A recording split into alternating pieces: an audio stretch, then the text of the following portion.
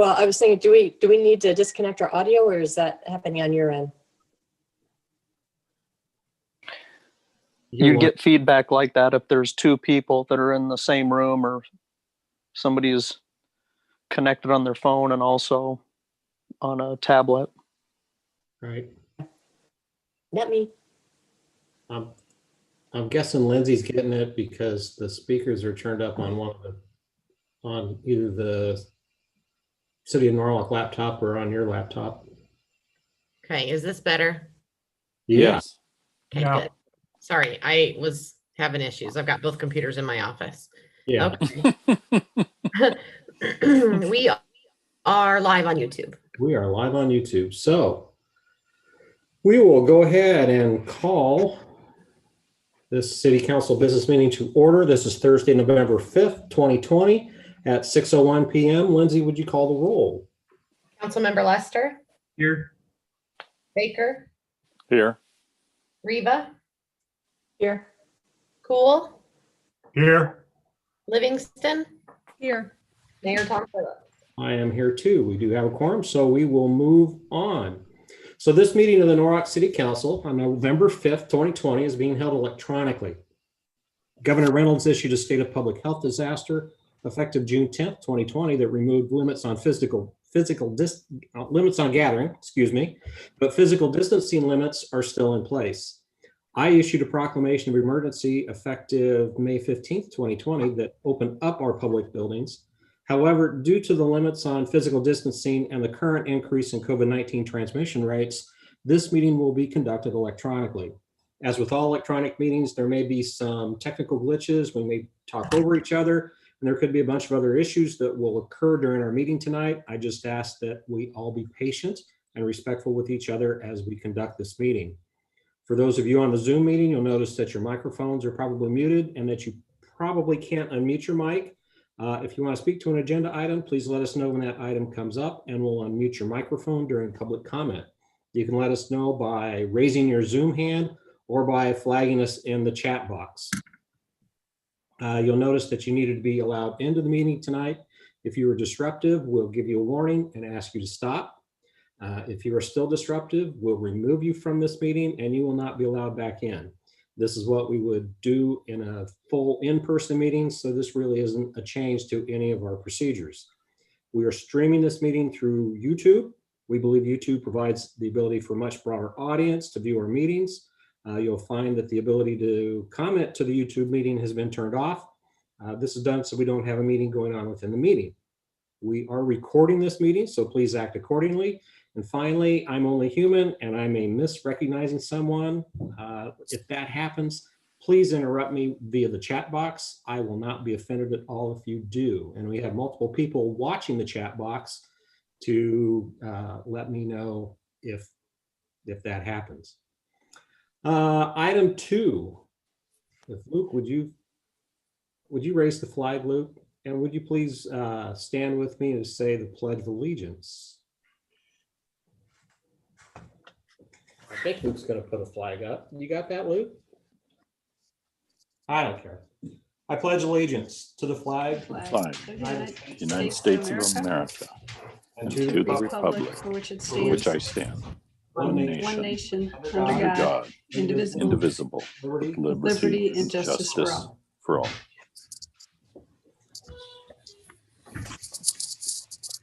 All right. Item 3 is approval of the agenda. Would anybody like to move any of the consent agenda items to the regular agenda?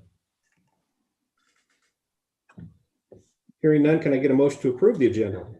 Motion. Second. All right. Got a motion and a second. All those in favor say aye. Aye. Aye. All those opposed, same. Motion carries. Item 4 is welcome of guests and public comment. This will be a time to address council for non-agenda items. We will give you a 3-minute time limit, and we can't take action on these tonight, and council can't deliberate on these tonight since they aren't on the agenda. Also, if you'd like to comment on any item in the consent agenda, now would be the time. So I'm looking for hands or comments on anybody who wants to comment. And I don't see any. So we will move on. Item 5 is consent agenda. We have approval of the October 15th, 2020 minutes of the regular city council meeting, have expenditures, tax abatements, a renewal of Class B beer permit for Villaggio at 1220 Sunset Drive for October 15th, 2020 to October 14th, 2021. We have a renewal Class C liquor license with outdoor service and Sunday sales for Echo Valley Country Club, 3150 Echo Valley Drive for November 1st, 2020 through October 31st, 2021. We have a resolution setting November 19th, 2020 for a public hearing on an ordinance to allow zoning for infill planned unit developments in the city of Norwalk. We have a resolution to approve pay estimate number 4 to Concrete Professionals for Main Street and North Avenue intersection improvements project. We have a resolution appointing representatives to various boards and commissions for calendar year 2021. We have a resolution releasing the surety for Rolling Green Plat 7. Excuse me. We have a resolution approving a 3% performance pay increase to the city clerk. We have a resolution to enter into a contract with Snyder and Associates to perform a traffic impact study for the North Shore development. Can I get a motion to approve? Motion. Second. All right, I got a motion and a second. Lindsay, would you please call the roll? Councilmember Baker, Yes. Reva,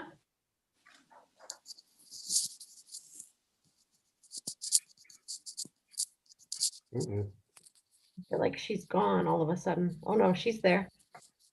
There, I got her. I asked for her to unmute. But she's muted. Okay, I keep getting dropped. I've been dropped 7 times already. So if you don't hear me, I've been disconnected. Okay, Okay. we're on you for roll call. Stephanie for consent. Yes, and the votes, yes. Cool. Yes. Livingston, Yes. Lester. Yes. All right, that carries. Stephanie, might try turning your video off, and that might preserve some of the bandwidth in your neighbor, you know, Yeah, am I allowed to do that? huh? I said I didn't think I was allowed to do that. It's off. I think you can. I Okay, think we prefer to have it on, but in this case, I think you could turn it off if you want, if that helps. Okay, item 6, we have old and new business for consideration, discussion, and possible action. So item A, it's a public hearing on an amendment to the Legacy PUD to allow for R4 uses in parcel 3 and for R2 uses in parcel 1. We'll open up the public hearing at 6:08 p.m. I believe Steve Mosley and Joe Petrozinski are here from Hubble to present.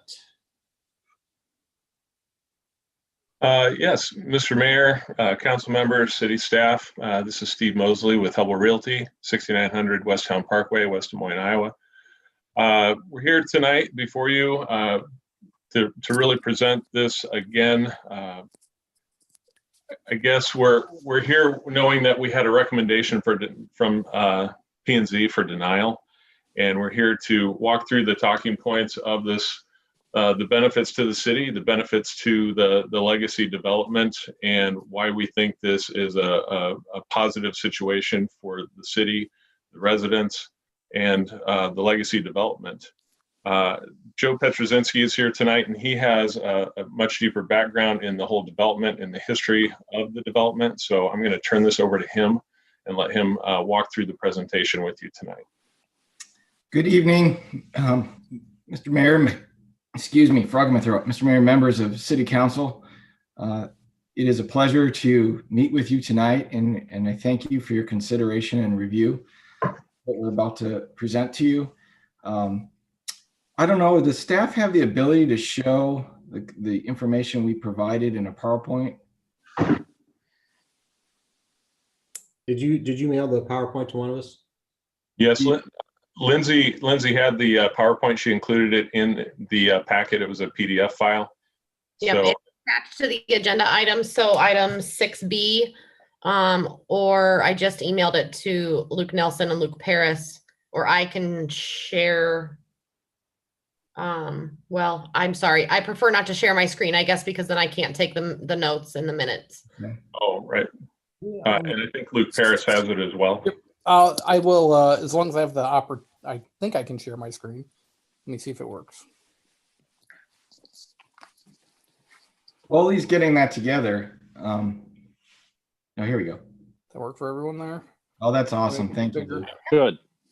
Hold on. If you can start with the first slide, is that possible? Yeah, is that what? Not sure exactly what you guys are seeing of mine. Are you seeing the circle there? Yeah. Okay. Kind of. Yeah, you can go down to, I think it would be slide number 23. Or page number 23 in your document.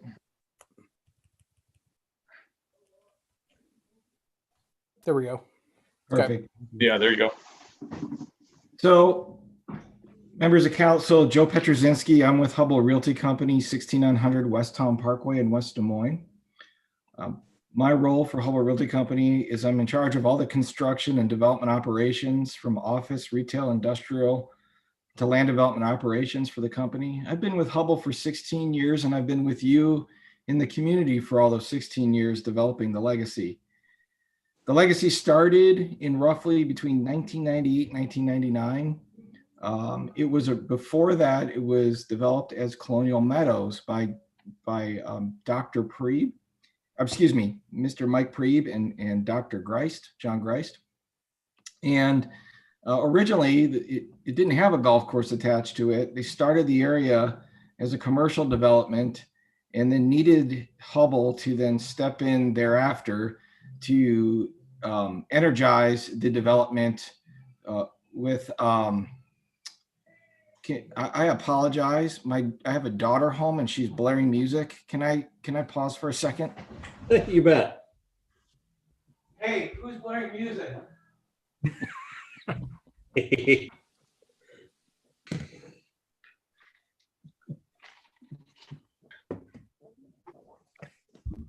I deeply apologize. I have teenagers decided to start who are blaring Elton John in the background. We've had teenagers too. Yes. We know where you're coming from.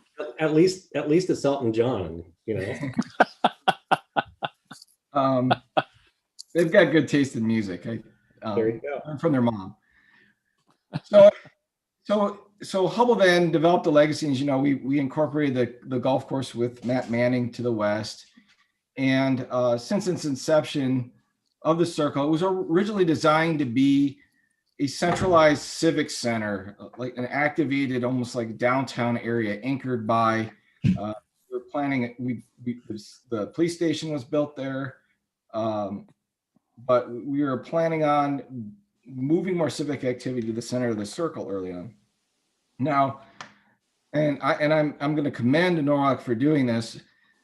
Norwalk didn't see the legacy as that civic anchor, rightfully so, because I'm a believer in older downtowns. That's the planner in me from the past. The city moved from a new area of where they wanted their civic anchor to be and moved City Hall to the old fire station.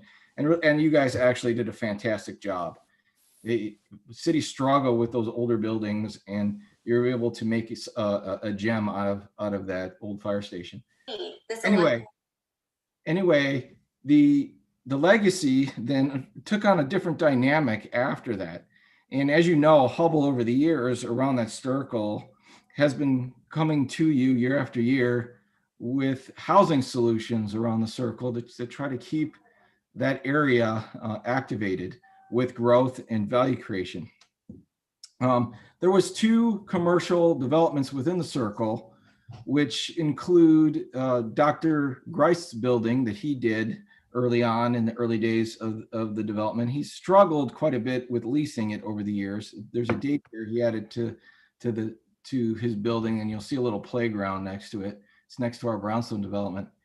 And then in the center of the circle, during the time of the recession, Hubble partnered with Dr. Greist to build the clinic in the center of the circle. So those were 2 that we put significant money and invested in the circle, both as the original developer and partners then and thereafter on the medical clinic. Since then, unfortunately, and I don't know if we can advance forward 2 more slides, I'm going to pass the old legacy PUD. Luke, I don't know if you could do that. Since then, we've been marketing this development with through our own networks, through CBRE Richard Ellis. We are affiliate of CBRE Richard Ellis. We've been marketing through all channels through the development community to try to get some type of commercial growth to occur in this area.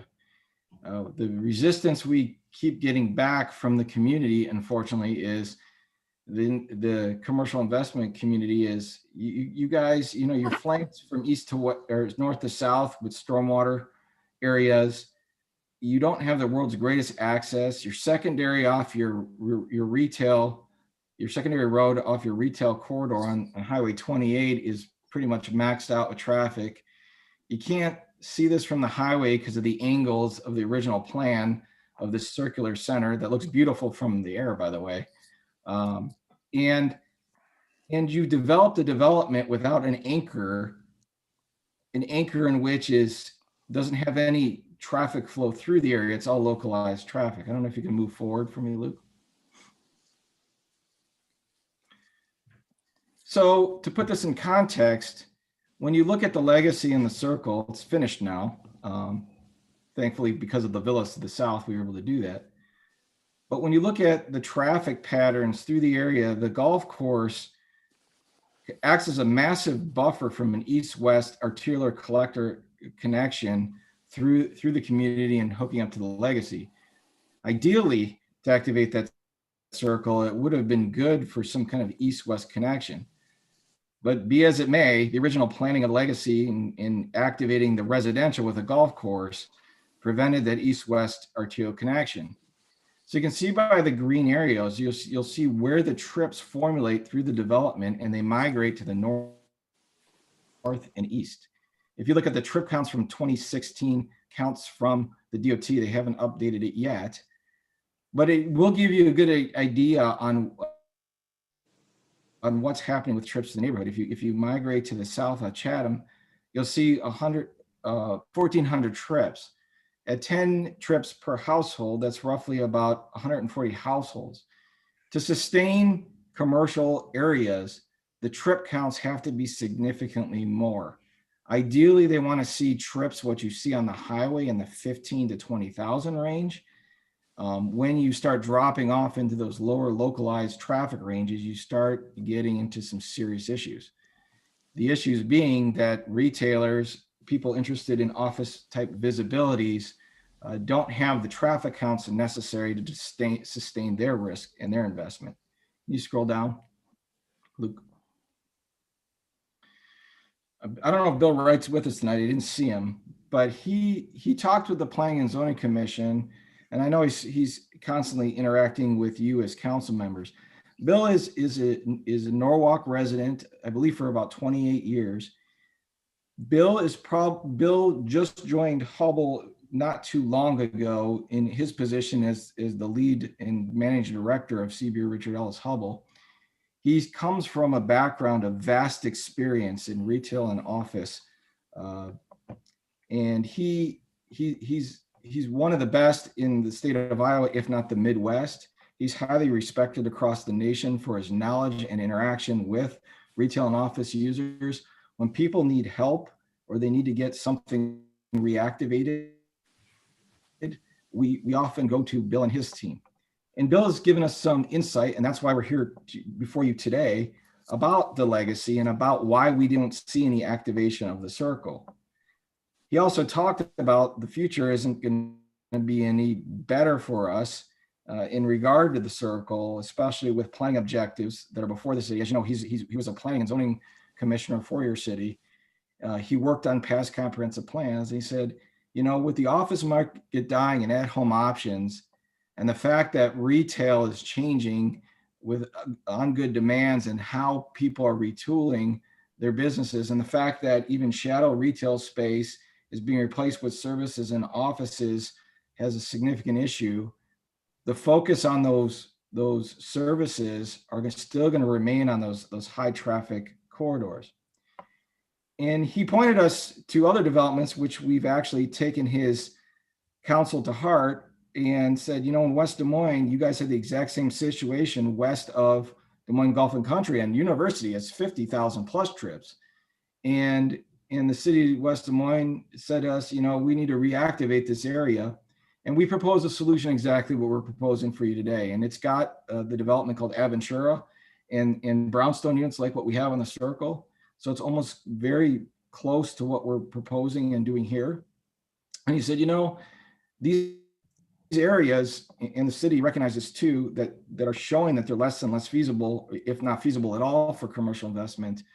The solutions that Hubble provide a much higher tax base and a more immediate tax base that had significant benefits to the city. Those benefits being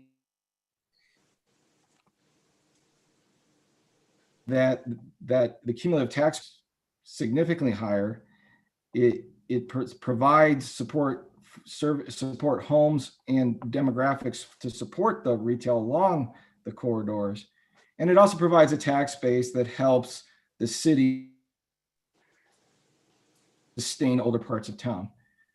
West Des Moines and Johnson, working at Windsor Office Park, have been working with us in partnership, much like you do with us, to develop these solutions for the community, for these forgotten second-tier commercial areas.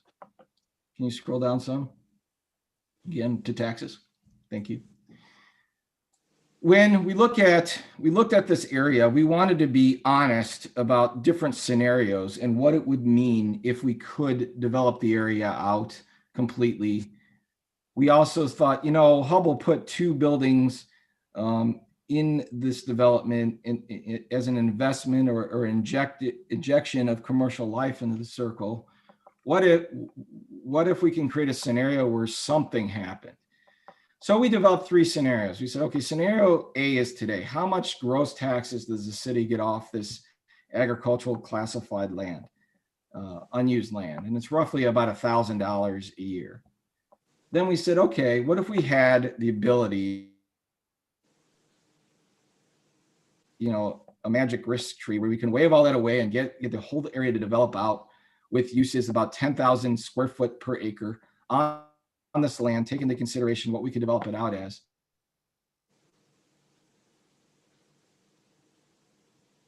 And that produced about $16 million in that hypothetical scenario. Then we said, what?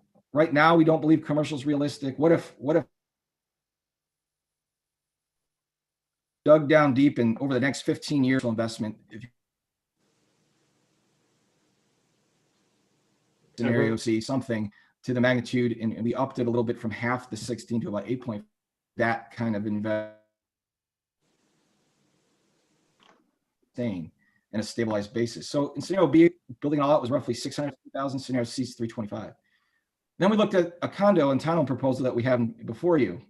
The Aventura model, which is a condominium project of roughly 50 units, produces a valuation of $17 million itself. It is above all the commercial investment. Now there's some rollback applied to that, so the taxes aren't quite as high just as the standalone unit. But in comparison to the valuation created over the whole area, it's significantly higher. Then when we add on the transitional detached townhomes, it's another $13 million of value for a total $30 million investment in the community that is immediate, that we already have financial institutions interested in backing. We have investors interested in backing. We have the owners of the legacy interested in backing. And those scenarios on a stabilized basis, once tax abatement burns off, produces roughly $800,000 per year on average. If we scroll down to tax benefit analysis, I created some charts for you. And this is on an individual year basis. So if you look at, okay, say 5 years from now, we add another building, there is a significant amount of taxes that are abated on it. It takes a while for that tax revenue to come back into the city. You have a very generous program to attract office and retail growth in your community. If you look at our proposal that's in front of you, you start really getting close to that $800,000 mark in about 3 years after the inception of the development. And on a stabilized basis over time, you have growth. We use conservative valuation estimates for these scenarios because we didn't want to make it look like these on the residential side we're giving it significant benefit, and we used exact comp in the community for commercial investment for their tax stream. Now, if we scroll down to the next slide, we could scroll down. We're stuck.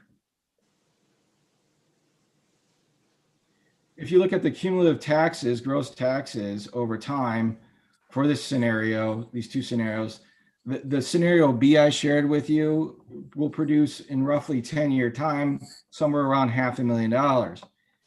If you look at the 10-year mark for what we have on the table proposed for the city, you're talking about $7 million of investment. This provides enough gross tax revenue for taxing agencies that is well above and beyond the inputs that go into the maintenance and services for that area, which is customary for all new growth opportunities in any community. One of the biggest things that we heard throughout the development or options for this area was the impact to the school system. We looked at our Aventura model that's beautiful and turning out to be successful in West Des Moines and said, that could work very well here. And it doesn't have significant impacts on the school district because it's 55 plus. It's a major value creation for the city without the impact to the school district. Then we also looked at the type of homes, the transitional homes that can happen between the commercial and the rest of the area. What can blend in there? Well, we said, what if we did more duplexes? But instead of duplexes, what if we gave a different option and split them apart? And the type of individuals that are buying, the demographic that are buying those homes are a lot of empty nesters and a lot of professionals or people who work in the service industries in the community or outside your community. And so we said, okay, these are the things we heard from the school district.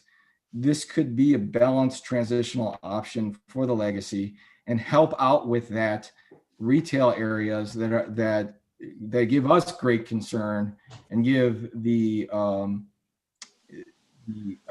brokerage community great concern that it is not situated well for commercial investment. Can we scroll down? We looked at and also discussed and heard feedback from the Planning and Zoning Commission and others that said to us, hey, Hubble, we like the center of that circle, but maybe something more dense along the commercial strip area there. And we said, okay, we recognize that and honor that. But if you look across town, and we're doing a brand new development in Pleasant Hill with very similar land basis dynamics, commercial land basis dynamics that are hitting that project, because of where rents are, those market rate projects require a capital stack beyond what the developer could raise. So like Pleasant Hill, they provide additional TIF resources and gap funding support for those projects. And that's not uncommon. All throughout the Des Moines metropolitan area, downtown, from different projects, you see capital stacks and public investment for that density. Now we understand that's not where Norwalk is or its policy or it wants to be right now. We also know that other sources of funds like low-income housing tax credits are not being viewed well right now by the school district, and also is not typically within the policy as of today. So when we studied what kind of transitional residential to reactivate this ground, we tried to come up with a diversified product of significant value that would try to provide significant tax benefit, but not at the expense of the community, and also not at the expense of the existing residents and the legacy. What kind of uses can we put here? They're not going to be high traffic generators that impact the internal localized street networks, because let's face it, based off of the traffic dynamics within this community, it is primarily and wholly localized once you get past the commercial strip that is along the highway. If we can scroll down further. And I know we didn't have a great result at the Planning and Zoning Commission I just got out of my board of directors meeting today. It was similar to the Planning and Zoning Commission. But out of any kind of board that reviews a project or reviews our performance, like even Hubble's board of directors, a lot of good ideas come out of that exchange. And several good ideas, and I have to give credit to Donna.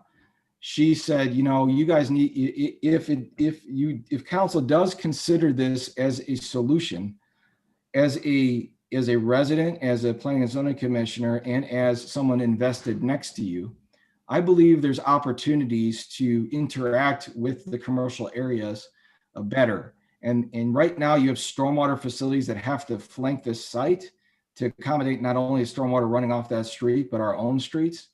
What if you guys introduced areas for people to stay? COVID's changed the way that people wait for services.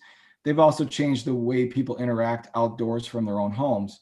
It would be nice if we had more connected paths and little pocket parks, trail connections.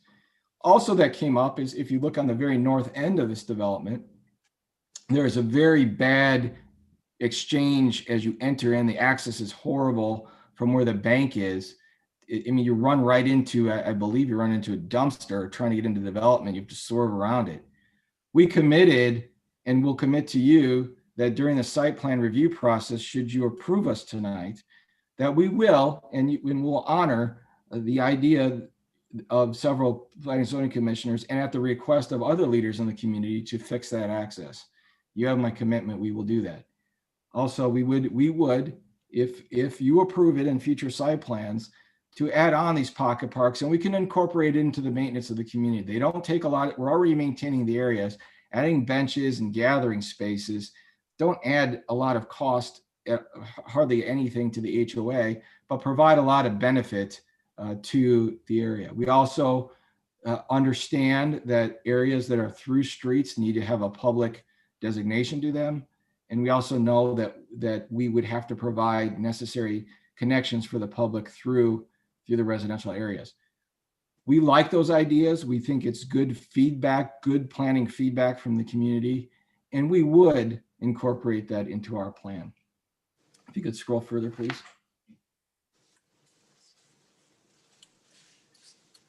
So when we look at this area as a developer and we come before you tonight, knowing we would need a supermajority vote from the council to get this approved, but we're really between a rock and a hard place as developers. Right now, we see it staying agricultural without real solutions. We need a balanced value perspective because our basis in this ground is high to make everything work and whole. We investigated, I can't tell you, 18 different scenarios to get something that is meaningful and works well with all the pressures we were hearing from the community to try to get something to work here. We believe our solution creates significant tax base to the city. It's a solution for us as a developer and with the city, and we're trying to find a partnership approach. We believe that commercial investment provides diversity that even fosters more growth in the community. My colleague, Steve Brewer, is trying to activate, as a resident Norwalk developer, is trying to activate the ground east to us. That planning provides for that east-west connection that we didn't do long ago through the legacy. I think there's great opportunities for the types of commercial investment or a secondary downtown like what Denny Alba's done in Ankeny and other areas. I think it could work here. And I think this solution off of a localized traffic area could provide rooftops and a more diversity of housing to further more growth objectives in the city. Look, I know people think we don't have enough commercial land in the city. As a developer and a dreamer and a planner, I look at your comprehensive plans and say, now, wait a minute. Areas like Steve Brewer has, and he's a great developer, areas along North Shore, areas can get activated by more diversity of rooftops in your community and value creation. And that value creation go into other investment in the community. And I know I speak as a biased developer, it helps us as well. It helps us move what we can make off this property and keep investing in other areas of your community. We're excited about Holland Point. We want to keep pouring more and more investment into it and get more activity in that area and build it out. these types of solutions for a developer help release what's held up in that land and allow us to invest in other areas. Now we're 50% owned in a legacy, but that goes a long way to our 100% ownership in Holland Point. So we really think it's going to be the solution to activate this land, finish out the legacy in a sustainable way, and provide that diversity of housing and like even the 55 plus condominium living that the community doesn't have. And I know many of you might not know what this condominium living is. Steve sent a link to you to look at the website. There's a virtual tour in the units. You can walk through them. You know pretty much what our housing product is for different types of housing through the community. This is a combination of both. And that condominium living in the center circle, it has common spaces, commercial kitchen, it has a quilting room, it has a golf simulator, it has a woodworking room, car wash stations, all the amenities that an active adult living lifestyle, which I call 55 plus, it's a social environment, and it keeps people in your community and keeps businesses active, it'll keep the golf course active. And we believe the solution working together hand in hand could help finish and tie that final bow around the legacy. Council, that's my presentation tonight. Steve Mosley is my land development planner and an engineer. He could talk about different specifics and issues regarding the site and traffic. As you know, I've been partnering with you. Ed, I think we go back all 16 years together. We're here to partner with you to try to find solutions.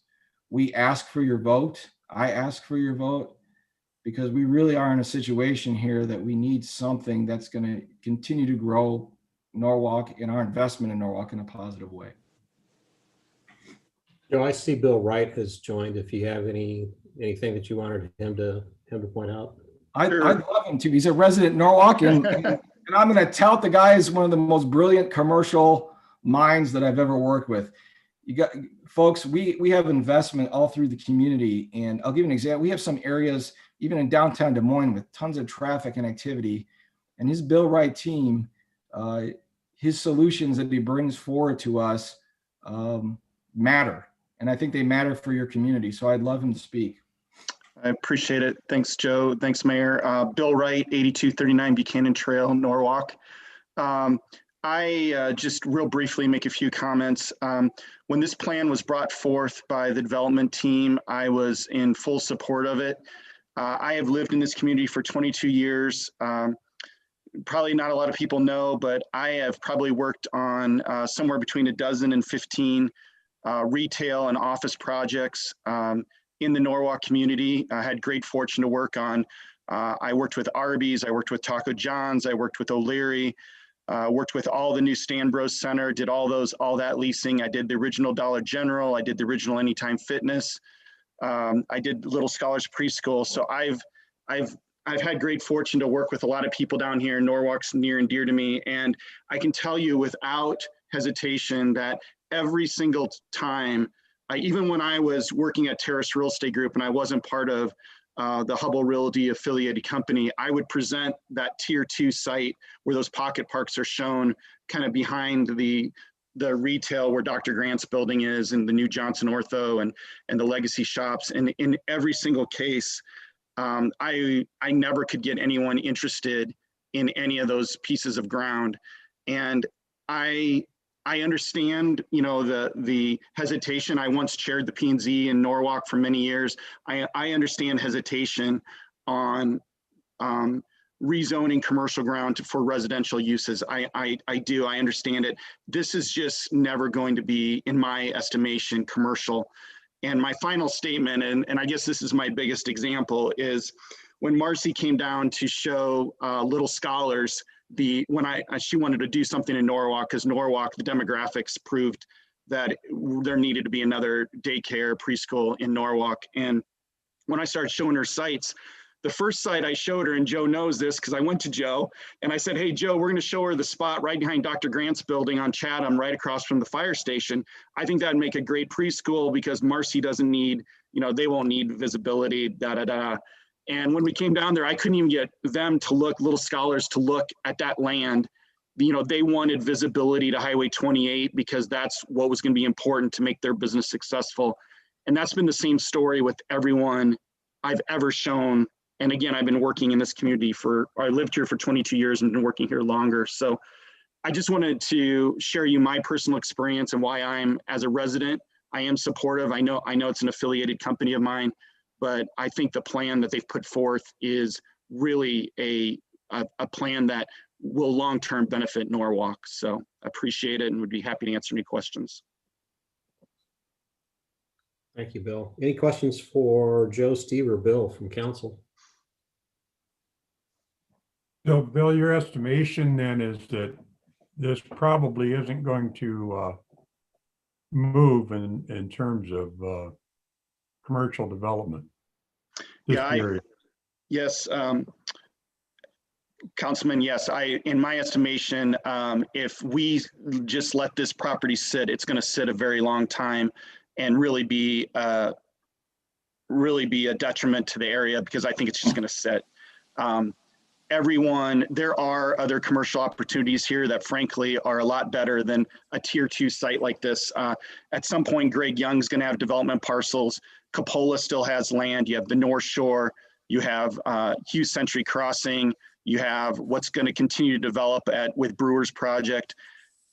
I just think there's a lot of other opportunities, and this just isn't going to be commercial in my opinion. I think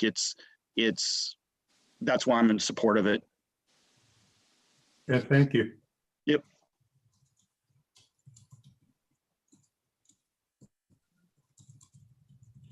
Lindsay, have you received any oral or written comments about this item?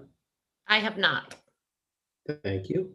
Anybody that's on the line, you are allowed to unmute your mic if you would like, if we have any public comment.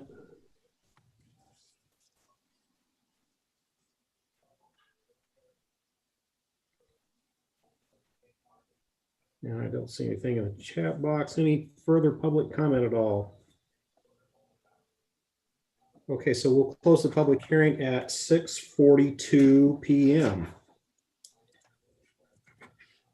Item 6B is the first reading of an ordinance amending the legacy PUD within the city of Norwalk, Iowa by allowing R2 uses in parcel 1, R4 uses in parcel 3, and refining the area of parcel 2. This is the item that we just had and related to the public hearing. Luke Paris, do you have anything to add? Yeah, just a couple things. Did want to hit on the procedure for the P&Z recommendation. P&Z didn't make a motion that failed. And so that's, you could view it as a recommendation of denial, but you do not have a motion for approval from P&Z, which triggers a 4/5 vote at council. So just keep that in mind. Also, our procedure for rezonings, if they fail, there's a 1-year wait period to bring the same concept back. We do try to work with developers to modify things that make sense if we want to bring something back. But if you're really wanting to get into the weeds on something and have some discussions, you might want to consider tabling versus making a motion. On the P&Z's review of this, I just wanted to hit on a couple things. There was a lot of support, I think, for the stuff around the circle and the central circle. Really, the concern was that second tier commercial spot and losing some of that. And I think that's ultimately what led them to vote no on that. From a staff perspective, just to give you some of my thoughts on it, I guess. If from a commercial perspective, it's basically a waiting game. I think the question there is, if you want it to be commercial, it's likely going to be a long time. I don't think you really see anything in the short term, in the midterm. You start thinking at that point, like, what if Norwalk's completely built out along Highway 28 and we're, 40,000 people, so that's a long waiting game. So that's kind of our staff perspective on the idea of commercial in there. Just to go back up to some of the tax stuff that Joe brought up, they did send me all their background detail on that. So I looked through all that stuff, and I thought that was some interesting data that they put forward. And just to note along with that, that's revenue, that's taxes that are generated that don't have the typical additional roads built, additional public infrastructure, additional things. All that public infrastructure exists now. So it's sitting out there and we're responsible for it and we're maintaining it.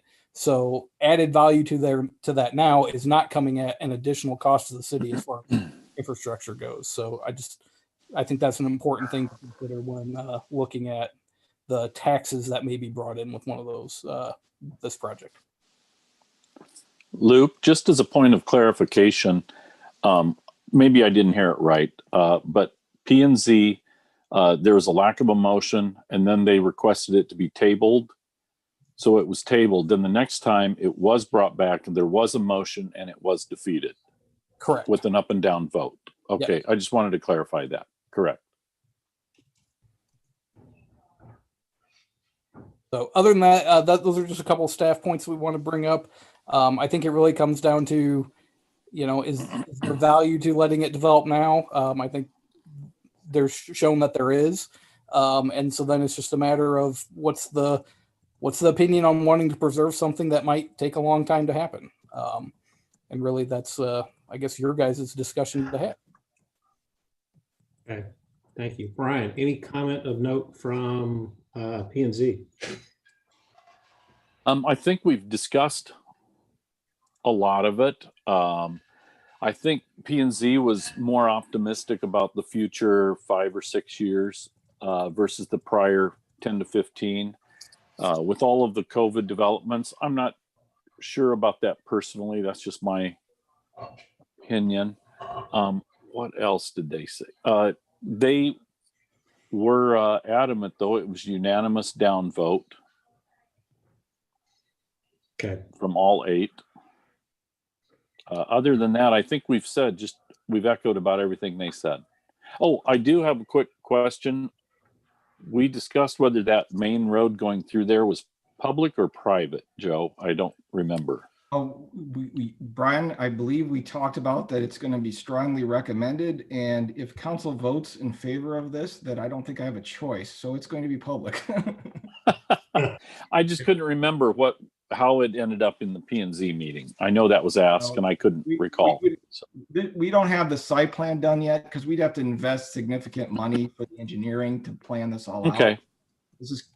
It is laid out pretty well like it's going to look, but again, we got to work with grades and all that stuff. And then we'd have to work closely with staff to do something probably similar to what you did at Echo Valley with McMurray on, I think it's called Villas on the Ridge. Correct. You made that into a public street. We'd probably have to apply a similar principle here to make it work because, as I stated earlier, this is a very narrow area to fit things in. And so we're probably have to work with the same creativity to get to that point. And Joe, this is Steve. I did talk to our engineer, McClure, on this, and they did think that they could fit a similar section in there as a public road. Okay. Any discussion or comments from council? I just want to point basically then, go ahead, Ed. I was just going to ask basically then, Councilman Baker, the concern that P&Z had with this was primarily on the commercial lots, right? And kind of forfeiting the potential commercial development. Did I understand that right? Yes, they felt that the Holland area of that's gone to residential, I believe we changed that from commercial to residential.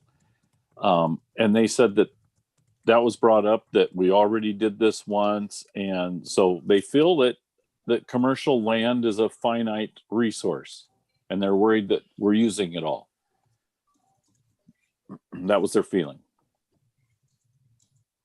Okay, thank you. David? Oh, I was just going to point out that if we really want it to stay commercial, I do think it's been 15, 20 years, whatever it's been on this property already. And I honestly believe that you're looking at 30 or 40 or 50 years from now before it's taken down and put into commercial. That's my opinion. I'm not a professional in this world, but just kind of talking to people, the traffic counts don't make sense. And quite honestly, if in 30 years someone's wanting to make that commercial, they'll buy the houses up, tear them down, and put the commercial in at that point in time, because that's what, if it's worth it as commercial, they'll do that at that point in time. But I just don't see the ground sitting there and looking like it does today, being beneficial long term to the community. And I like the concepts that this has. It's walkable. It's if you live in that area, you've got access to a doctor, a pharmacy, a daycare, dentist, orthodontist. You've got access to a lot of services right there that you can walk to without having to cross the highway. And it creates just kind of for me, it creates a little area. But again, I just don't see it being developed out into commercial for 20 or 30 years, and at the earliest. And I think by then, at that point, if that's really where it's going to go, I think that it will go that route at that point in time. It's just going to be tearing houses down and putting that in there at that point in time. I also agree that it's time. Right, I'm not a professional in the area either, but I have been listening to the professionals who have talked about what is likely to happen when in this area. I would note that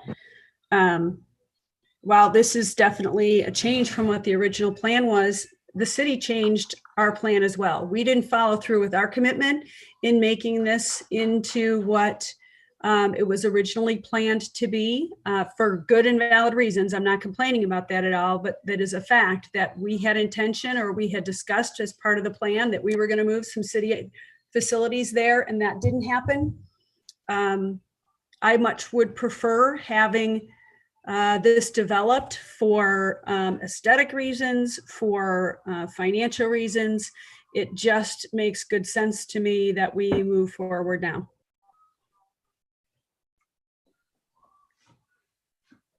Any other comments from council? Yes, Stephanie. I am a commercial real estate professional, although not practicing for a while, but 27 years in it. And as much as it pains me to say it, the commercial really does not make sense here. I do agree with that. It's just, you can't see it from the highway. I agree with what Dave said. If we want to wait for commercial, it will be a lot longer than 5 years. It's going to be many, many years. And, we could use rooftops to support the commercial that we do want to come in. And I do like this layout.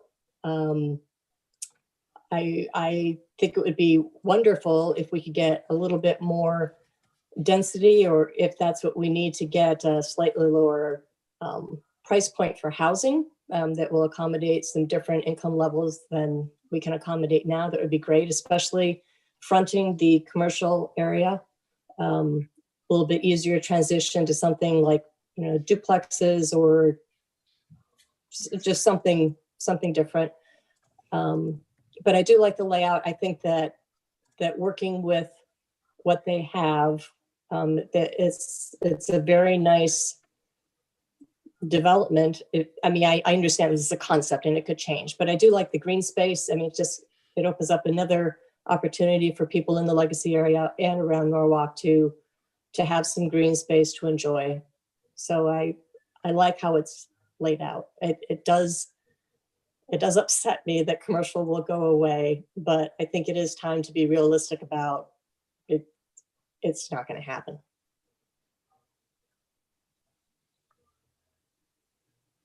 Go ahead. I just wanted to comment a little bit, Mayor.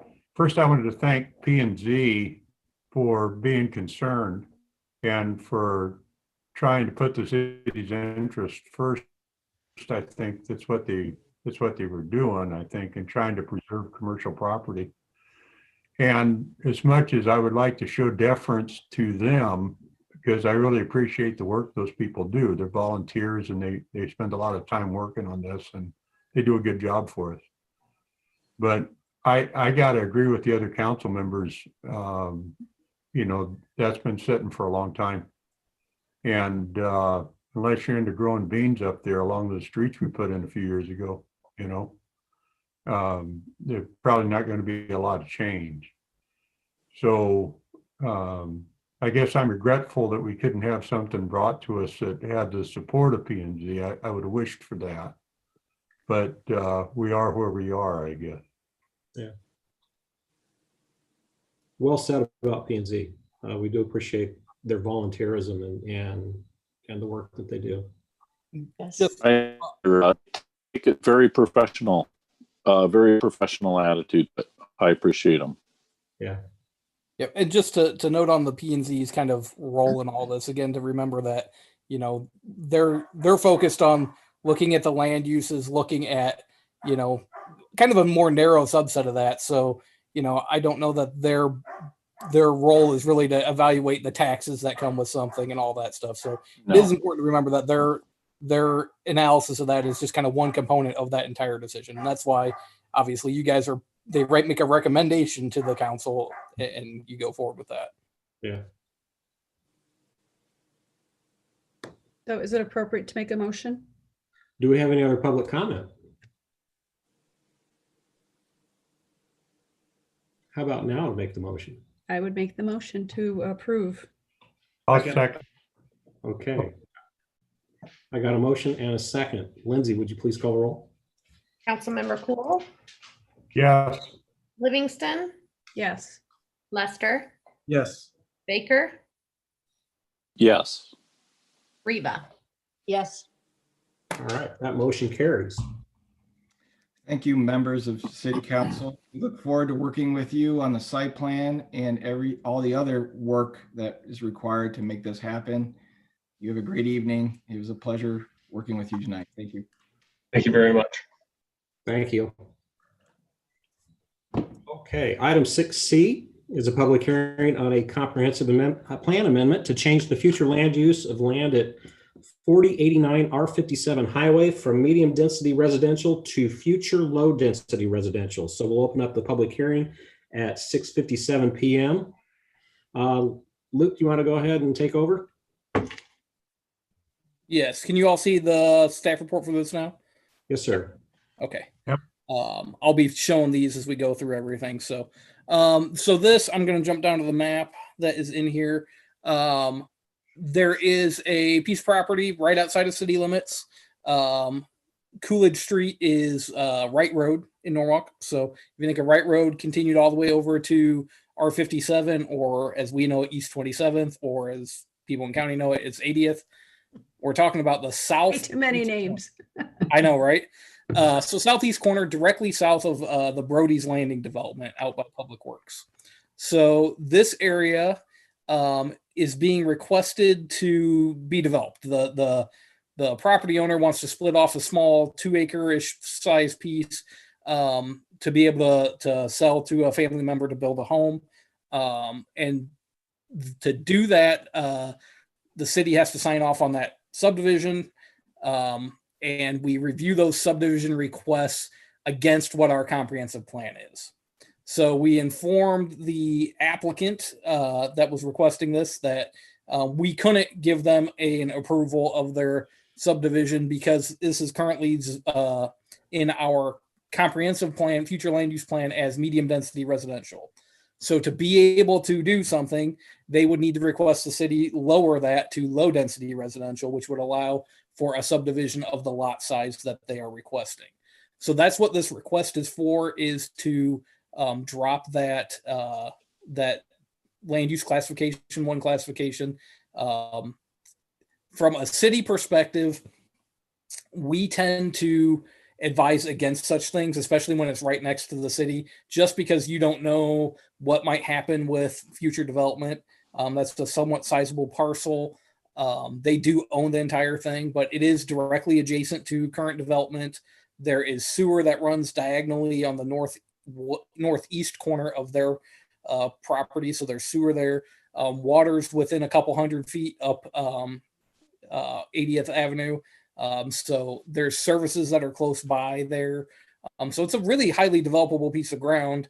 At our P&Z meeting, the applicants did attend. I don't know if they are on tonight, but they did attend, and stated that they have no intention to develop it. They own the property.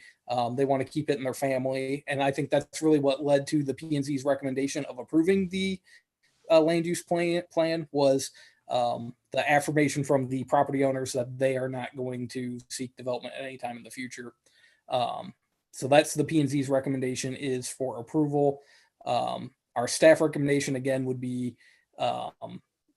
hesitancy to approving it just because it is close to our developable, and there's developable ground back to the east of there as well. So good orderly community development would tend to say try to avoid doing too many large lot splits adjacent to your city.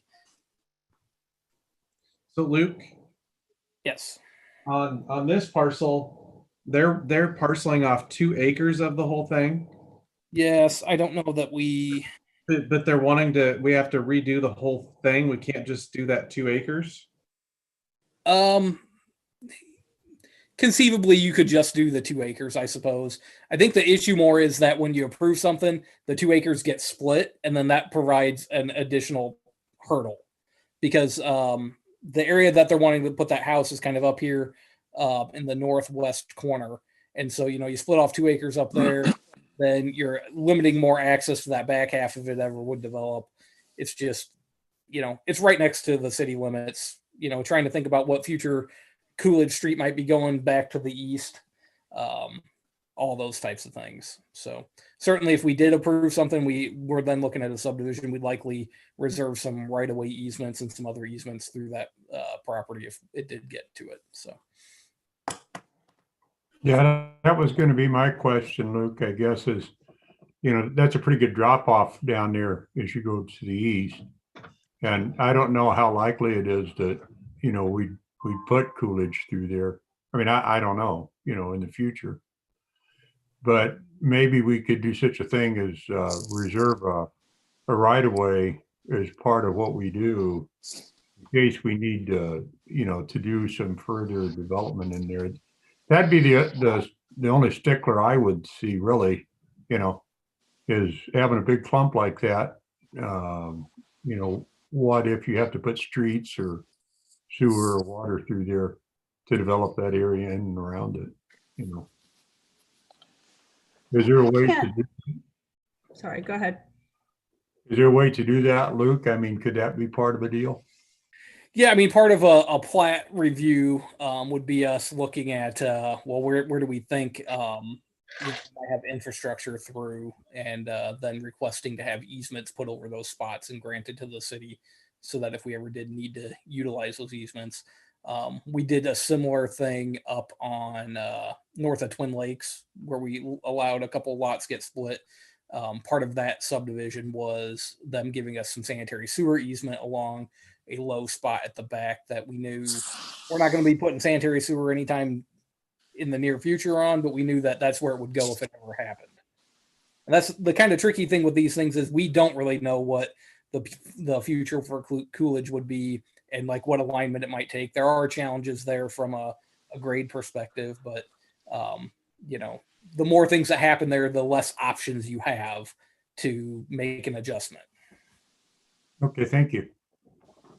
And we don't have any way to hold them to their word that they aren't gonna develop it or seek to develop it, right? I mean, they're just saying that's what their plan is, but like everything else, their plan could change. And if we do this, then we make it possible for them to change their plan. Correct. Yes. So right now, the statement from the property owners was that they did not plan on developing it or selling it for development. They want to own it and continue to keep it as is. But as a city, we need to look long term at times.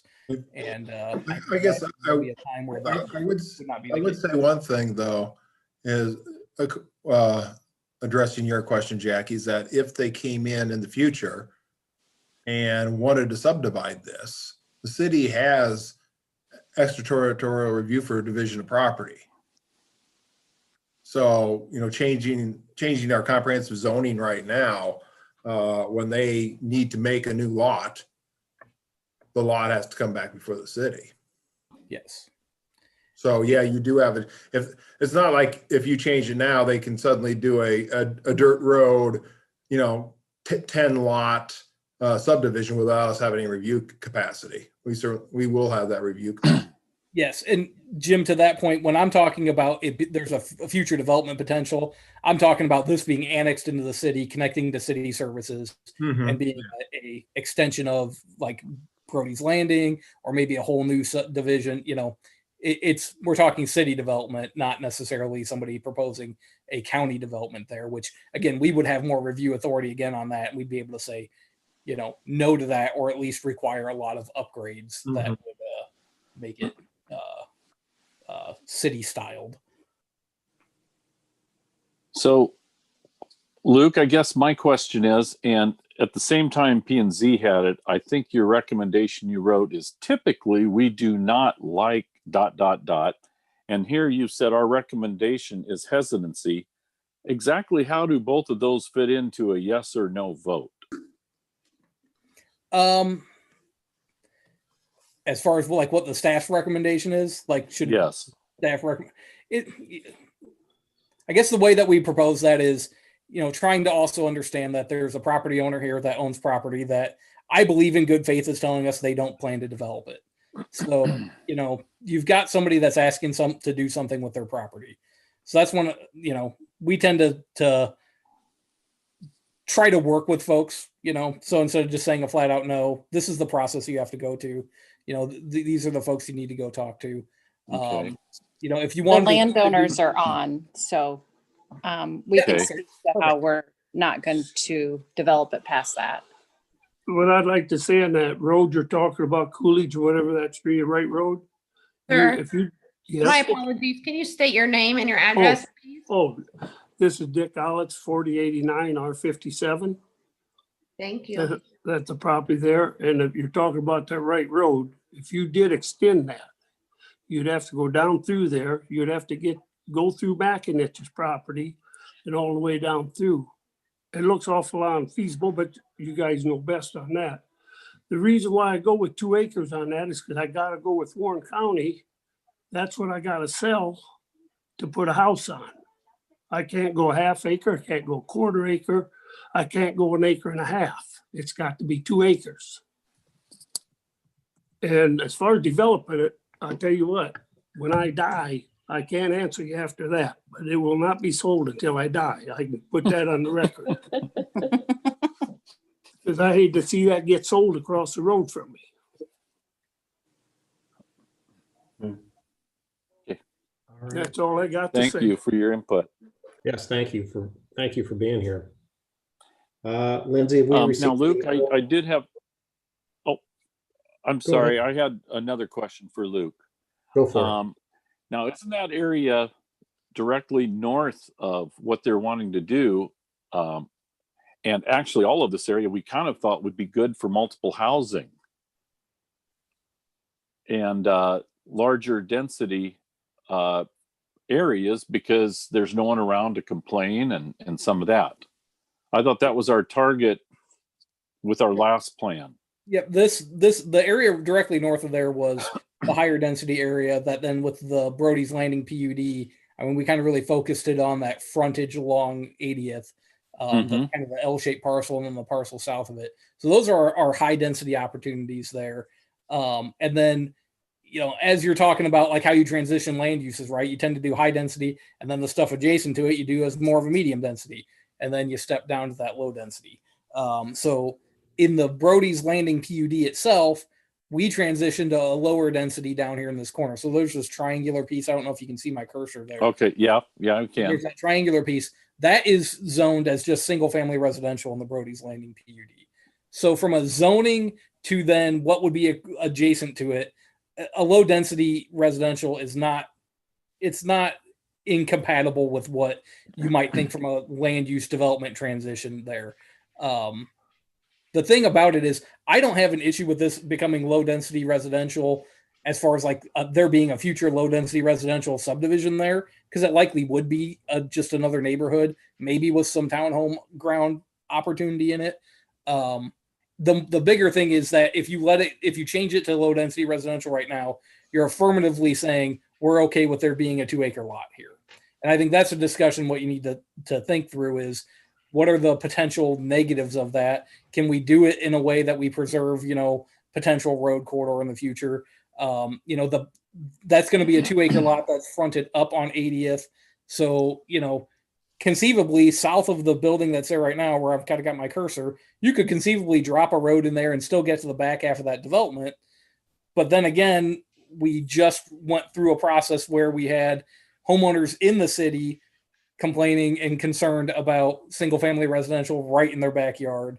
And so, you're creating that potential that you're potentially creating issues for yourself in the future. And granted, this is just one lot. It's not like Silverado butting up to Timber Ridge. So that's important to remember. So there is still access to the back. It's just, whenever you have these 2-acre lots fronted off of a highway, it just is usually an impedance to development rather than a good thing for future development.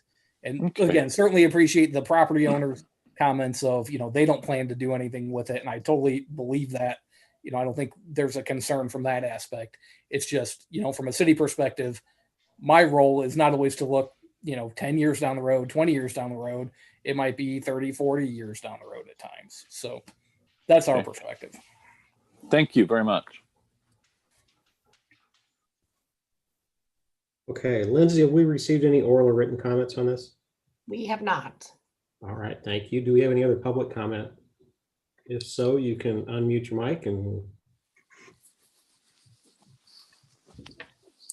hearing none, we will go ahead and close public hearing at 7:12 p.m.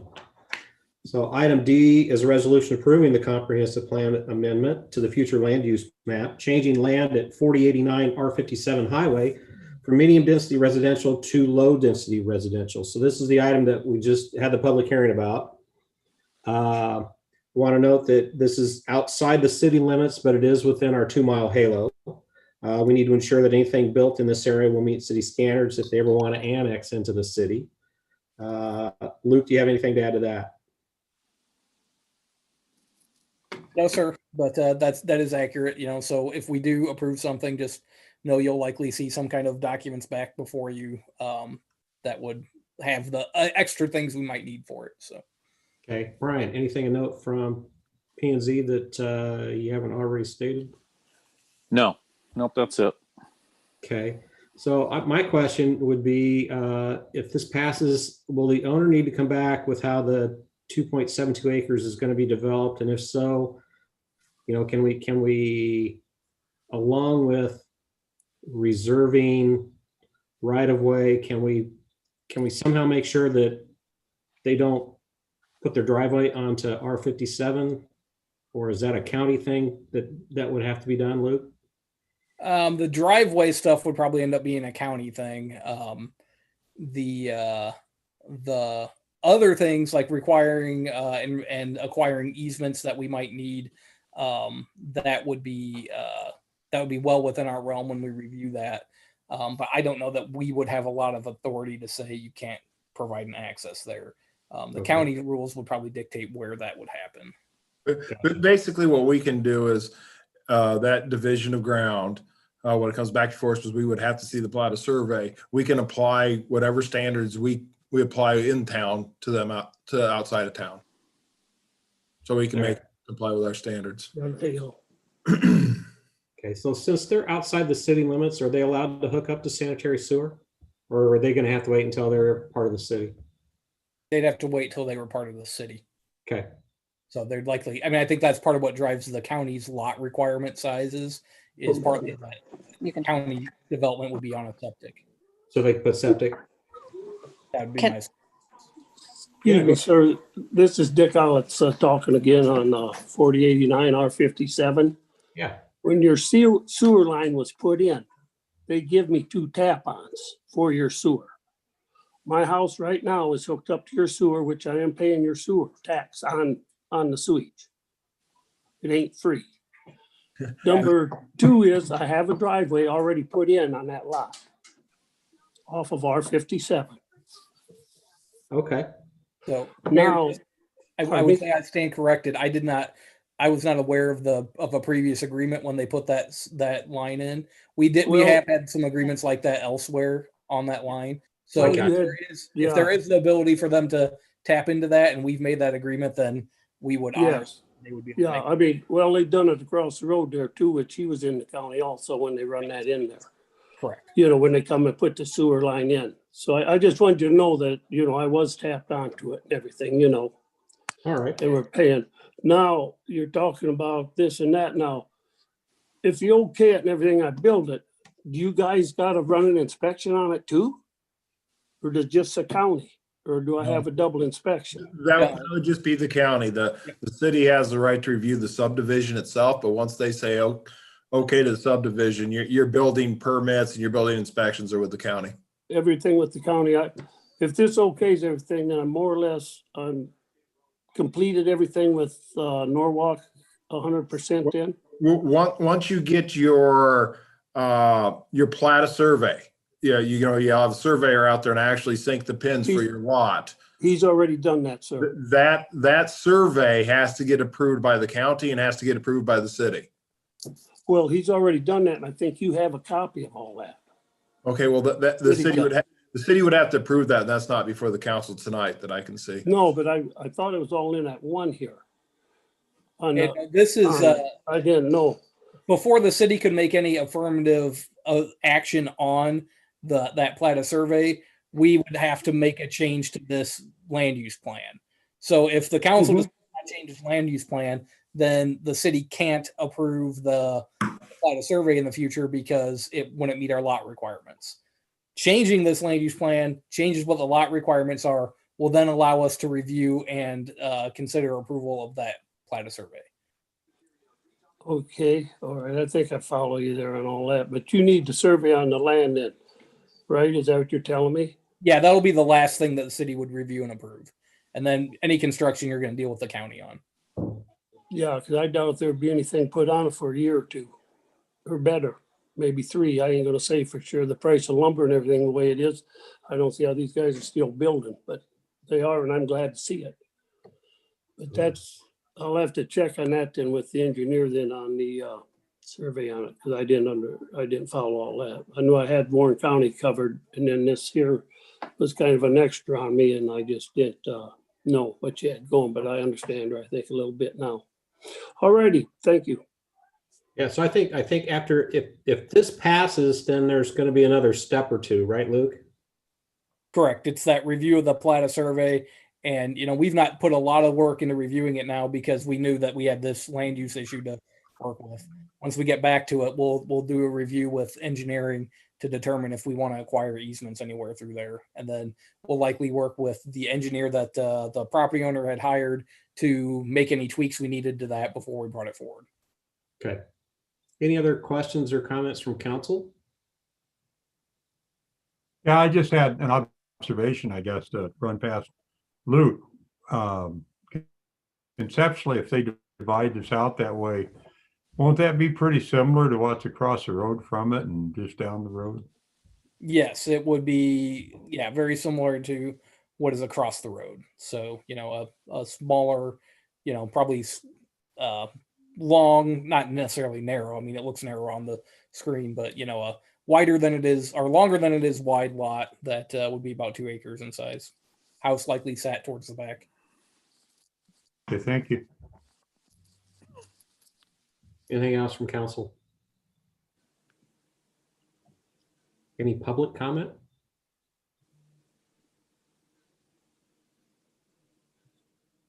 Hearing none, can I get a motion? Motion. Second. All right, I got a motion and a second. Lindsay, would you please call the roll? Councilmember Lester, Yes. Baker, Yes. Reba,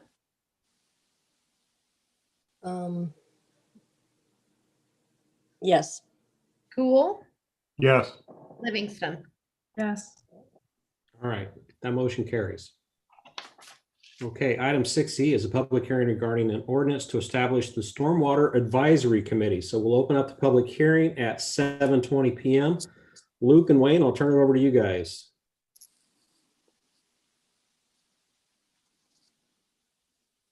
Thank you. Give me a moment while I get that staff report pulled up.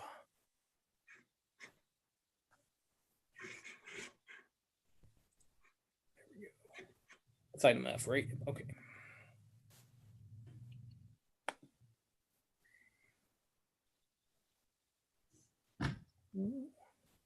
Sorry, I'm having difficulties here. There we go. Okay, so this is a formulation of a stormwater advisory committee. The city has an MS4 permit for stormwater discharge that's issued for through the DNR. And that MS4 permit has lots of different criteria that we have to follow, reporting things we have to do. And one of the things that requires is some kind of stormwater committee that will look at stormwater issues occasionally, provide, information to the city or help make decisions on stormwater. That had previously been handled through our utility advisory committee. It was kind of double duty with that since they dealt with a lot of utilities stuff. With the proposed elimination of the utility advisory committee, we would then need to create a stormwater specific committee that would meet and satisfy our MS4 permit requirements. So that's essentially what this ordinance does. Is it? I believe it repeals the UAC and creates a stormwater advisory committee. I believe up here in the staff report, I think Elliot had written in that we have some committee members already identified, and so we're into the process of figuring out who would be on that committee. We're lucky that we actually have a lot of stormwater experts that reside in our community, so I think it will be a good group to talk about things.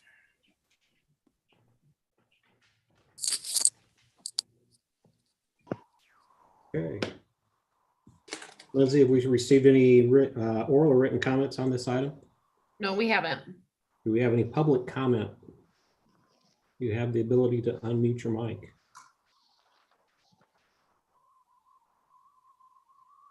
Hearing none, we'll go ahead and close the public hearing at 7:22 p.m. Item 6F is first reading of an ordinance adopting a new Chapter 27 Stormwater Advisory Committee. So this is the item that we just had in relation to the public hearing. Luke or Wayne, anything else to add? No, sir. Oh, All right. Any discussion or question from council? I'm glad to see this. I think this would be valuable to us going forward here with some of the areas we're looking at now. So I'm glad they got this done. I agree. Great idea. Motion to approve. Second.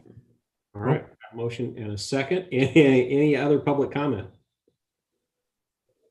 Hearing none. Lindsay, would you call the roll? Councilmember Riva, Yes. Cool, Yes. Livingston, Yes. Lester, Yes. Baker. Yes. All right. That motion carries. Item 6G is a resolution approving first amendment to the commercial lease agreement with City State Bank for the building located at 1104 Sunset Drive. So this is my understanding is this is the renewal of the lease we have for where we have economic development and Parks and Recs department. Luke Nelson, anything else to add?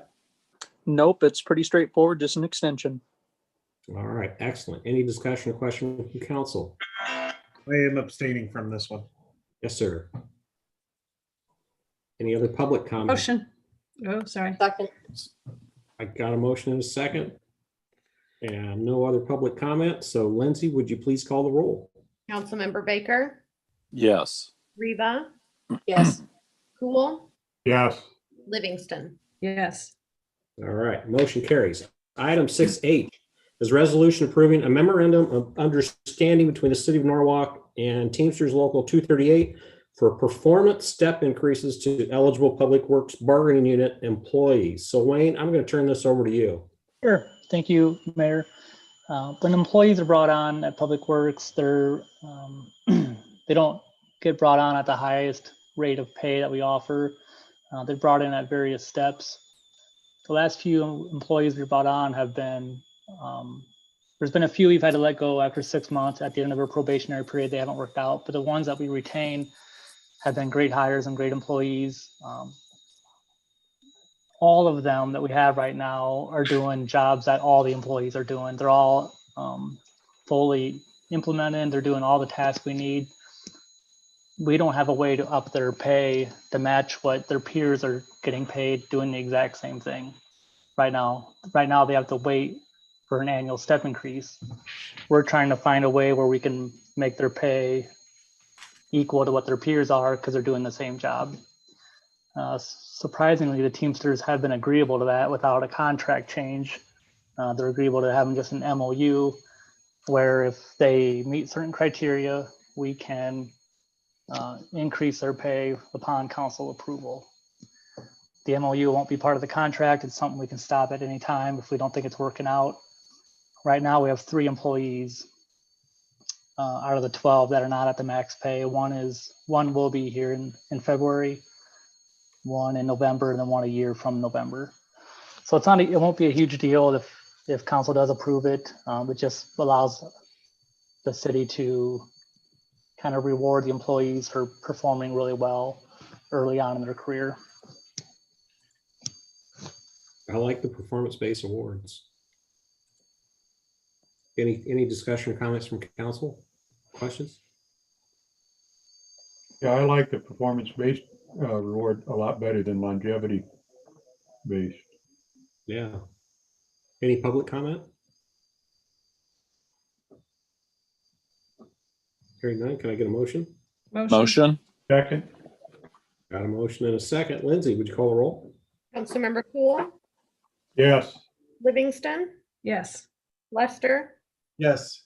Baker, Yes. Reba. Yes. All right. Motion carries. Thank you.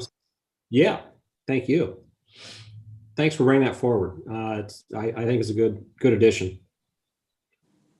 Item 6I is a resolution approving the preliminary plat of Twin Lakes Plat 4. So Twin Lakes is a development just east of 80th on the east side of Norwalk. Luke, I'll turn it over to you. Thank you. This was a plat we'd actually considered similarly a few years ago. It's this back half of the Twin Lakes development. I believe it's 7 or 8 lots along a continuation of Boston Trail. So you can see here, what do we have? 8 lots total. It's a continuation of that Boston Trail with a 60-foot right-of-way, cul-de-sac at the end. I believe one of the things that we had struggled with in the past approval was a bridge over the creek area. I believe now they're proposing that to be just a road over a culvert. And then the road width is I believe the existing I'm not seeing it in there. The road width being the existing road width of Boston Trail continued to the back. So again, this is outside of the city limits. So it's one of those extraterritorial reviews that we are required to do. Since it's a continuation of an existing rural development, staff doesn't have too much of an issue with anything that's being proposed. It fits within what Twin Lakes is and finishes up that development. So we didn't already approve Plat 4? We had, and it lapsed for our more than 2 years. So it requires additional or new consideration from the city. Okay, so one of the big discussions that we had back then was, like you said, with street widths and bridge. I think we said that we wanted, did we with the original Plat 4, did we want 26-foot wide right away so that we could put in curb and gutter? We had asked for a 26-foot wide street that would meet like our minimum like private street, our minimum road width of a cul-de-sac. And I believe we were okay with it being a rural cross section, but the right of way would allow us to urbanize that if we ever accepted it as city. Yeah, they're going to do 24 foot of concrete, right? But 26 feet wide, so we could put in curb and gutter later if we needed to. Yes, that sounds right. And then as far as engineering goes, can they do a culvert rather than a bridge? That's shown. I would defer to, I believe, I thought I saw Bob Veenstra was on the line, who is working with the developer to create this subdivision. So I would defer to him. Yeah, this is Bob Veenstra, Veenstra and Kim, to answer your question. The drainage area for this is relatively small, so we're proposing a triple culvert. It could have been a culvert in the previous submittal, but the Locust Street Limited at that point like the aesthetic consideration of the bridge, because it was a wood bridge, so they were more, even though they could have probably done a culvert less costly. But the problem with that wood bridge was to meet your width requirements. That became economically not feasible, so they decided to go back to the culvert primarily to be able to satisfy the city's requirement for the width of across the bridge. If you remember the discussion previously, they were about 16 feet wide on the bridge because that was about the widest they could get in that design. So now it has the capability of going out to a 26 or even a little wider if necessary. Okay. All right. Thank you. Any discussion or questions, comments from council?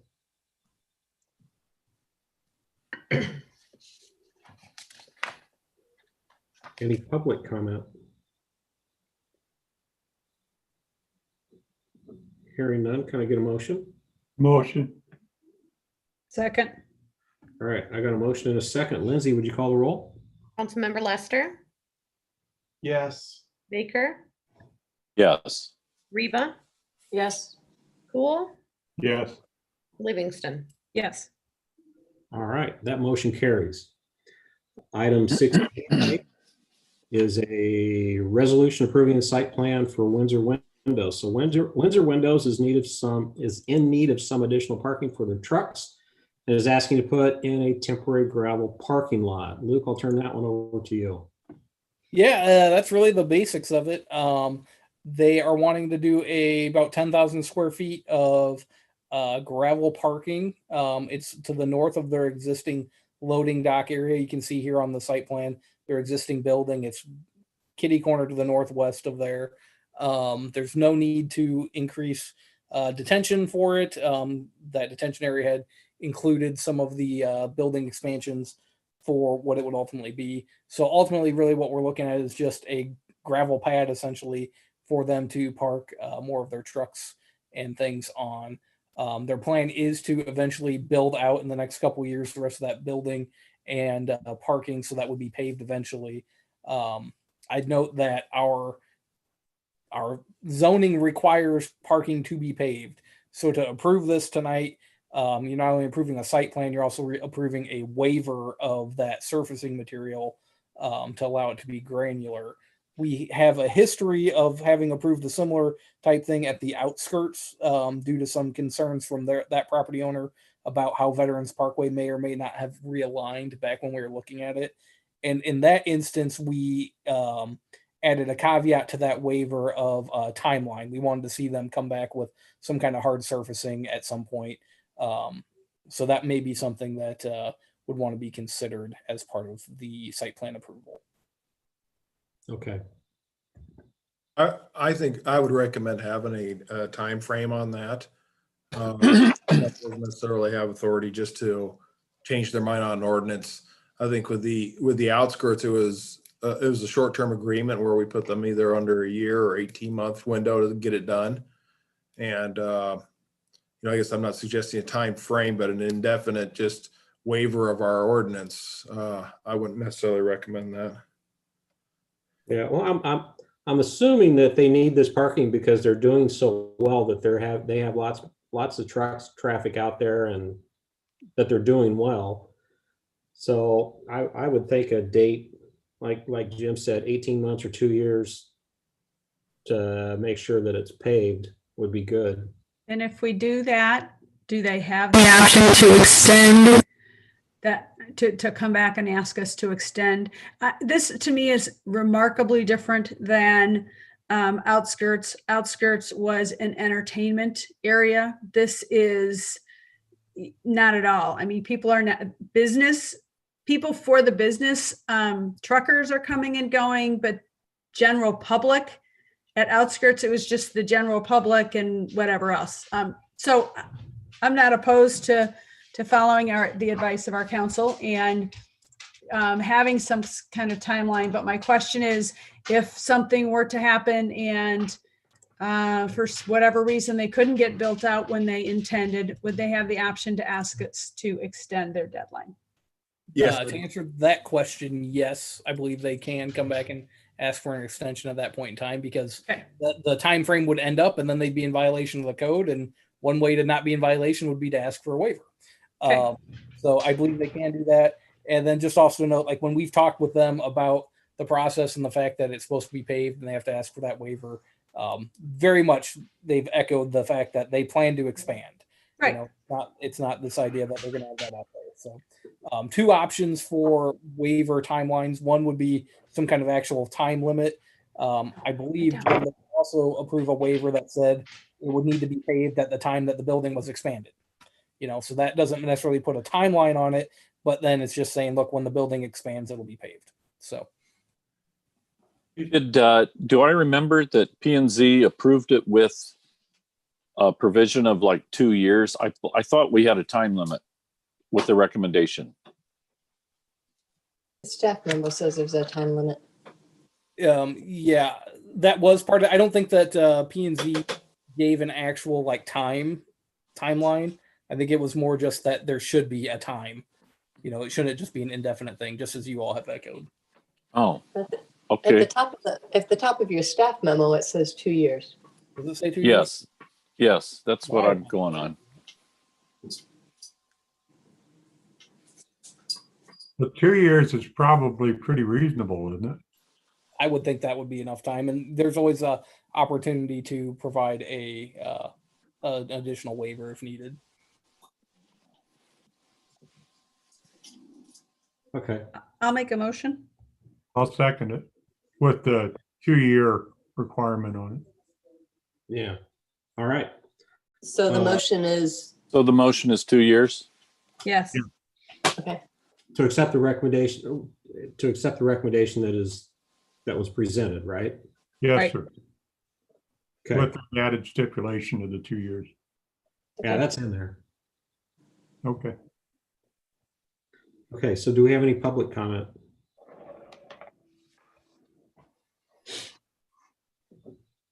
Hearing none. Lindsay, would you call the roll? Councilmember Reba, Yes.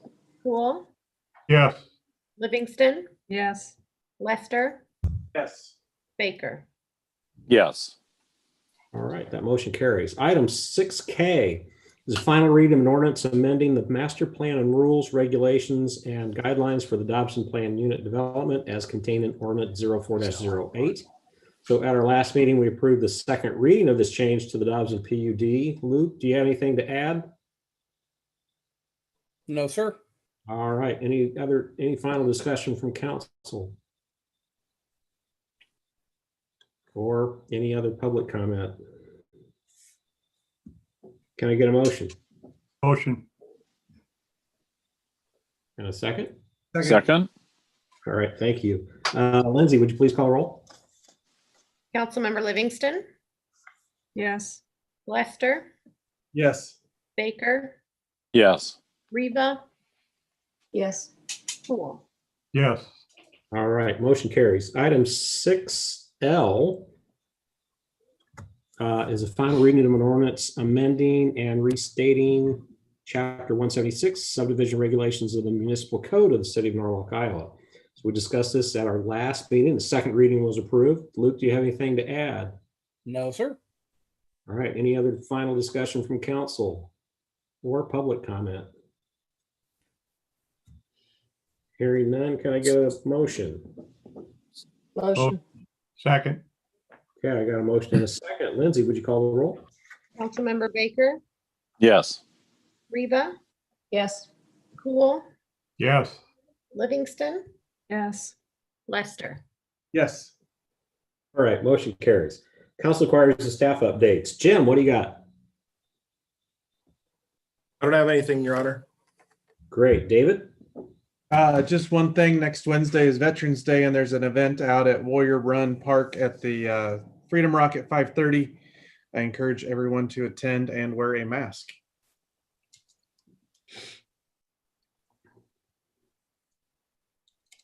I'm writing that down.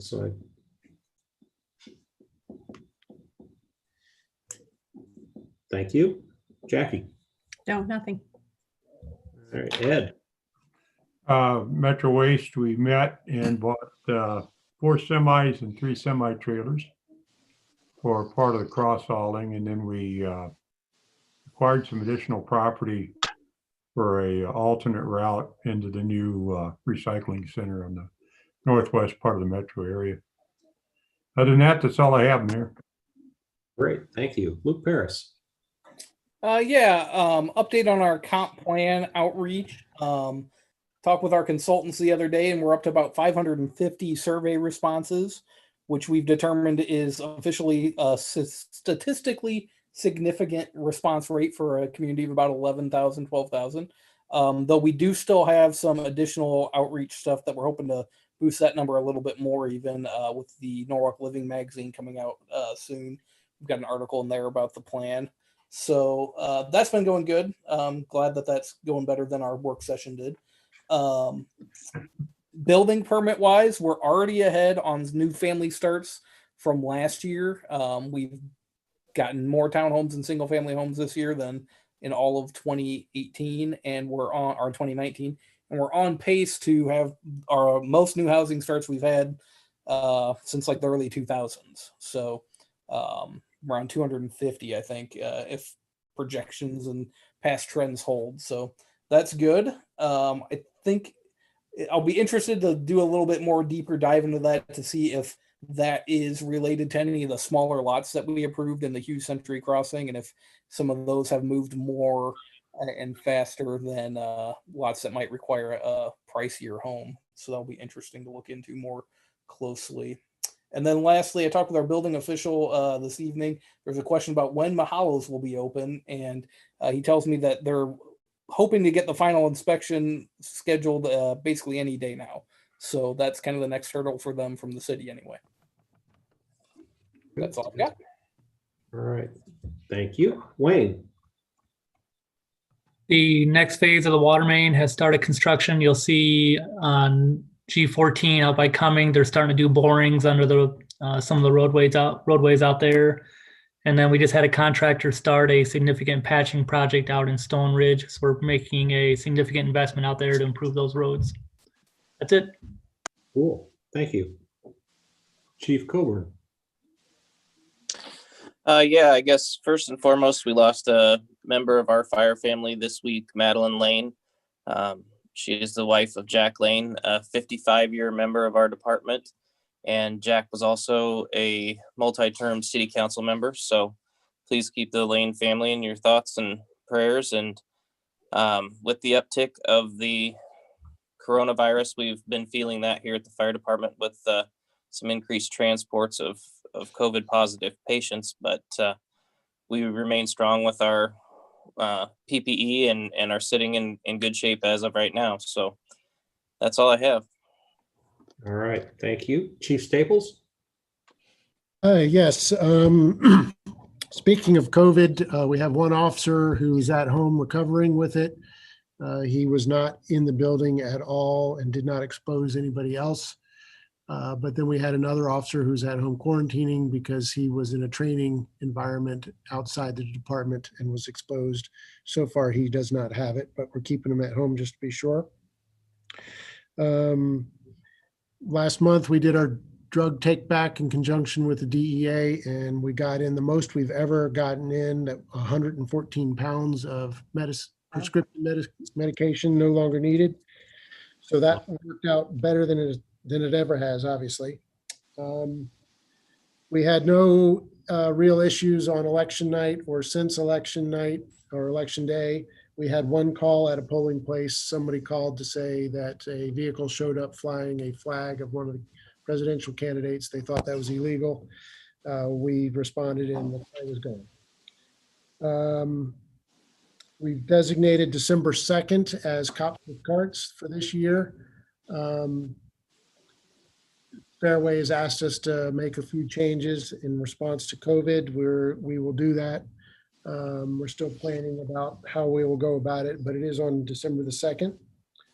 And if you see any of us running around, we have started a No Shave Winter project, similar to what we did last year. Female officers were given the option of growing a beard or coloring their hair. They've chosen to color their hair, and so you may see Officer Kessler with some wild and crazy hair colors over the next several months.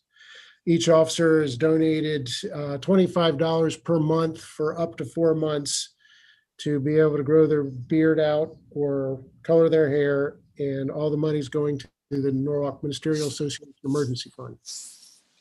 That's all I got. Excellent, thank you. Gene Kelly.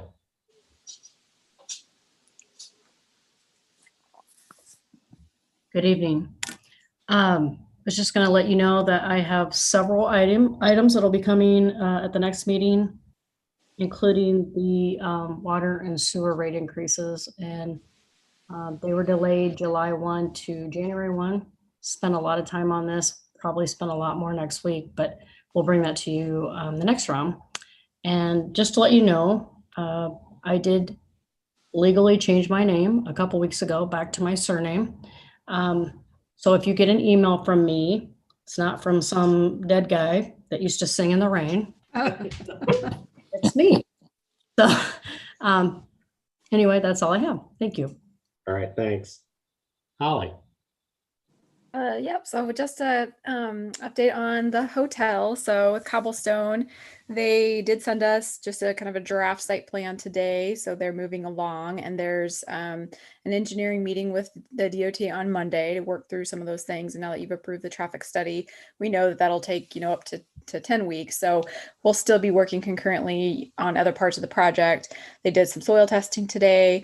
After the soils report, traffic studies come back, they can order a survey for the roadway and the hotel parcel, and then they can finish up the excess soil agreement with the seller.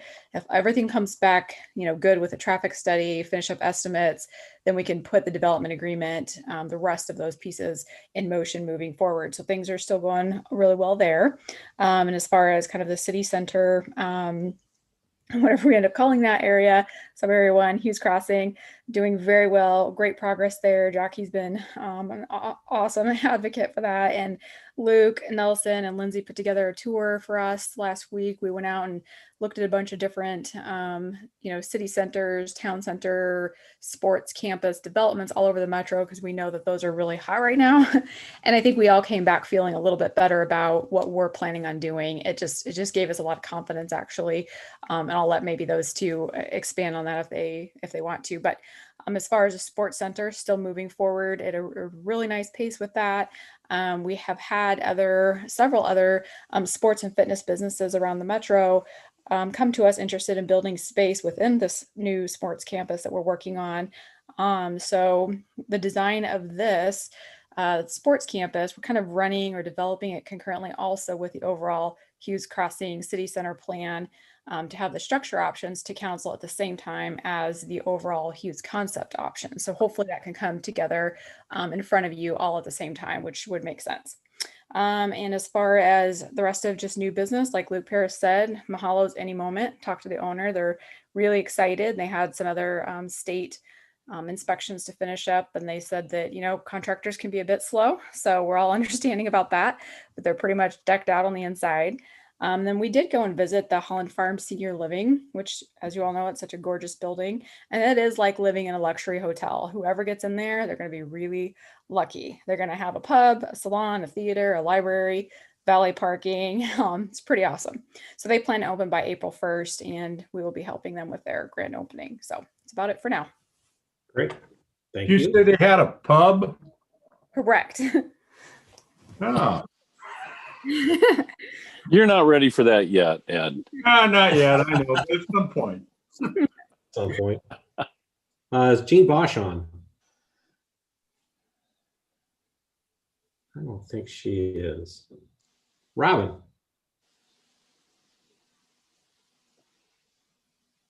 I don't think Robin's on either. Well, Robin's not on either. We'll go to Lindsay. I don't have anything. Thank you. Great. Stephanie. Nothing, thank you. Okie dokie. Brian. Nothing for me, thanks. Super. Luke Nelson. I don't have anything, Mayor. Thanks. Okay. So somebody unmuted. Who's that? It was Robin. I'm just that I don't have anything. So I just muted myself again. All right. Great. Thanks. So nothing from Luke. And I don't have anything tonight either. So I would entertain a motion to adjourn. Motion. Second. All right. I got a motion and a second to adjourn. All those in favor say aye. Aye. Aye. All those opposed, same. We're adjourned at 7:51.